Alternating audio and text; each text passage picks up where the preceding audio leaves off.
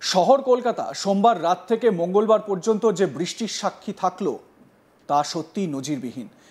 জমা জল বা এক নাগাড়ে বৃষ্টি ছাড়াও আমরা আমাদের সহনাগরিকদের হারিয়েছি। এখন কথা হলো, এতগুলো মানুষের মৃত্যুর দায় কার?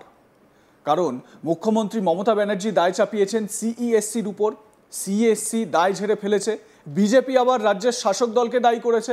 এবার এই মৃত্যুর দায় কার, সেই প্রশ্ন তুলে কলকাতা হাইকোর্টের দ্বারস্থ হলেন ভাঙড়ের আইএসএফ বিধায়ক নওশাদ সিদ্দিকী।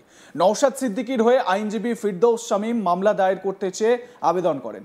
ক্ষতিপূরণ এবং যথাযথ তদন্ত চেয়ে আদালতের দ্বারস্থ হন তিনি। নওশাদের আইনজীবীর বক্তব্য, বিষয়টির যথাযথভাবে তদন্ত হোক। কয়েকদিনের মধ্যেই পুজোর ছুটি পড়ে যাবে, তখন কোর্ট বন্ধ থাকবে, তাই দ্রুত মামলাটির শুনানি শুরু হোক। বিচারপতি সুজয় পাল এবং বিচারপতি স্মিতা দাস দের ডিভিশন বেঞ্চ মামলা দায়ের করার অনুমতি দিয়েছে। হাইকোর্ট সূত্রে খবর, চলতি সপ্তাহেই মামলা শুনতে পারে আদালত। নওশাদ সিদ্দিকী ভাঙড়ের বিধায়ক, তিনি এ প্রসঙ্গে বলতে গিয়ে কি জানিয়েছেন আমাদের শুনুন। গত দুদিন ধরে যেভাবে সমস্যার সম্মুখীন হতে চলেছে, এটা থেকে তো পরিত্রাণ পেতে হবে। শুধুমাত্র দায় ধারাদারি করলে হবে না তো। আমি দেখতে পেলাম কি বেশ কিছু জায়গায় গ্যাপ আছে, যে ইলেকট্রিক শক লেগে যারা মারা গিয়েছে, এই দায়িত্ব নিতে হবে সরকারকে, প্রশাসনকে, এড়িয়ে যেতে পারে না। এবার কাদের দায়িত্ব আছে, তারা দায়িত্ব কাজ পালন করতে পারছে না, তাদের বিরুদ্ধে ব্যবস্থা গ্রহণ করুক। সেটাও দেখি কিছু হচ্ছে না, শুধু দায় ঠেলাঠেলি হচ্ছে আর মিডিয়াতে চর্চা হচ্ছে। সেজন্য আমি আমার মানবিকতার খাতিরের জায়গা থেকে এসে আমি আজকে পিআইএল করেছি যে এইগুলোর নাগরিককে পরিষেবা দেওয়া দরকার। আজকে জনজীবন বিপর্যস্ত হয়ে যাচ্ছে। আপনারা অনেকে ভিডিও দেখিয়েছেন, অনেক ছবি দেখিয়েছেন, কিভাবে মানুষ বাসে উঠে যাচ্ছে, ওই বৃষ্টির মধ্যে অফিসে যেতে হচ্ছে, না গেলে তার মাইনে কাটবে। ম্যাক্সিমাম বেসরকারি সেক্টরে হচ্ছে। তো এই যে সমস্যা হচ্ছে, নাগরিক জীবনাতে বিপর্যস্ত হয়ে উঠছে। তো নাগরিক সুরক্ষা বলে কিছুই নাই কলকাতা শহরে। সেই জন্য আসছে আজ কোর্টের দ্বারস্থ হয়েছি। আশা করছি বিচারপতি ডাইরেকশন দেবে আগামী দিনে কলকাতা শহর সুস্থ থাকবে, কলকাতা শহর সচল থাকবে। নওশাদ কটাক্ষ করে আরো বলেন, মেয়র ফিরহাদ হাকিম তার কটাক্ষের নিশানায় ছিলেন। তিনি বলেন, মেয়র সাহেব অনেক কথা বলেন কিন্তু কাজের কাজ কিছু হয় না। তার প্রশ্ন, যে স্থাপনা নিকাশি ব্যবস্থাকে ক্ষতিগ্রস্ত করেছে সেখানে মেয়র কি বুলডোজার চালাবেন? তিনি সরাসরি তার সঙ্গে আলোচনায় আসার চ্যালেঞ্জ ছুড়ে দেন ফিরহাদ হাকিমকে। কি বলেছেন নওশাদ সিদ্দিকী ফিরহাদ হাকিমকে চ্যালেঞ্জ করে, শুনুন। মেয়র সাহেব অনেক গল্প শোনান, কাজের কাজ কিছু হয় না।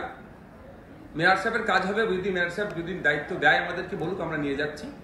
যেগুলো যে কলকাতা শহরের এই নিকাশি ব্যবস্থাকে ধ্বংস করেছে, যেখানে সেগুলো বুলডোজার চালাবে, জিজ্ঞাসা করুন তো। বৈধ তো অবৈধ নয় সেগুলো। আপনার ড্রেনগুলো, ম্যানহোলগুলো যেগুলো আছে সেগুলো কি পরিষ্কার করবে? সাথে সাথে এই কলকাতা থেকে যে বৃষ্টির জলগুলো গিয়ে যেখানে পড়ছে, সেই খালে পড়ছে বলুন, বিলে পড়ছে বলুন, যেখানে সেই জায়গাগুলো তো দখল হয়ে গেছে। ইস্ট ক্যালকাটা ওয়েটল্যান্ড ম্যানেজমেন্ট অথরিটির আন্ডারে যে জায়গাগুলো আছে, যে ওয়েটল্যান্ডগুলো আছে, সেগুলো আজকে আছে জীবিত। কলকাতার ফুসফুস বলা হয় ওয়েটল্যান্ডকে। আমাদের ভাঙড় বিধানসভার একটা হেভি অংশ জুড়ে আছে, ক্যানিং পূর্ব বিধানসভার একটা হেভি অংশ জুড়ে আছে। সে জায়গাগুলো কোথায়? শাসক দলের ছত্রছায়া থেকে বাড়ি বানিয়েছে, প্রমোটিং করছে, ফলে এগুলো জায়গাগুলো কভারেজ হয়ে যাচ্ছে। ওয়েটল্যান্ডের একটা অন্যতম গুরুত্ব হচ্ছে যে দ্রুততার সাথে জলটাকে সে পানিটাকে সে শোধন করে নিতে পারে। সে ওয়েটল্যান্ডকে ধ্বংস করে দিচ্ছে। এখন মেয়র সাহেব টিভির সামনে বসে জ্ঞান দিচ্ছে। ওপেন চ্যালেঞ্জ আসুক তো, তর্ক বিতর্কে ডাকুক তো আমাদেরকে। সিভিল সোসাইটি আসবে। আমি অ্যাজ এ সিভিল সোসাইটির পক্ষ থেকে বলছি, আমি কোনো রাজনৈতিক দলের পক্ষ থেকে বলছি না। আসুক সামনে, আমাদের কথা বলবো আমরা, সিভিল সোসাইটি মানুষ, কলকাতার মানুষজন কথা বলবে, উত্তর দিতে পারবে মেয়র সাহেব। যেখানে প্রশ্ন হচ্ছে, যেগুলো বলছে ওখানে প্রশ্ন করার জায়গা নাই। আপনারাই খুব বেশি, মানে মিডিয়া ছাড়া কোনো থার্ড কেউ কোশ্চেন করতে পারছে না। ওয়েটল্যান্ডগুলোকে ধ্বংস করে দিয়েছে। ওয়েটল্যান্ড যদি আজকে ঠিক থাকতো, কলকাতার যে জলাভূমিগুলো ছিল সেগুলো ঠিক কোথায়? 2011 থেকে 2025 কত পুকুরকে এরা, ডোবাকে এরা কলকাতা শহরেরকে ধ্বংস করে দিয়েছে। সেগুলো বুঝিয়ে এই প্রমোটারদেরকে দিয়ে অবৈধভাবে সেগুলোকে নির্মাণ করেছে। এগুলো জানেন না মেয়র সাহেব? এখন মানুষের কাছে ভালো শাস্তি চাইছে। 10টা মানুষের প্রাণ চলে গেল। শুধু মানুষ প্রাণ নয়, আরে কুমারটুলিতে অবস্থা দেখুন, যেখানে আজকে এই সময় তারা কোথায় যাবে?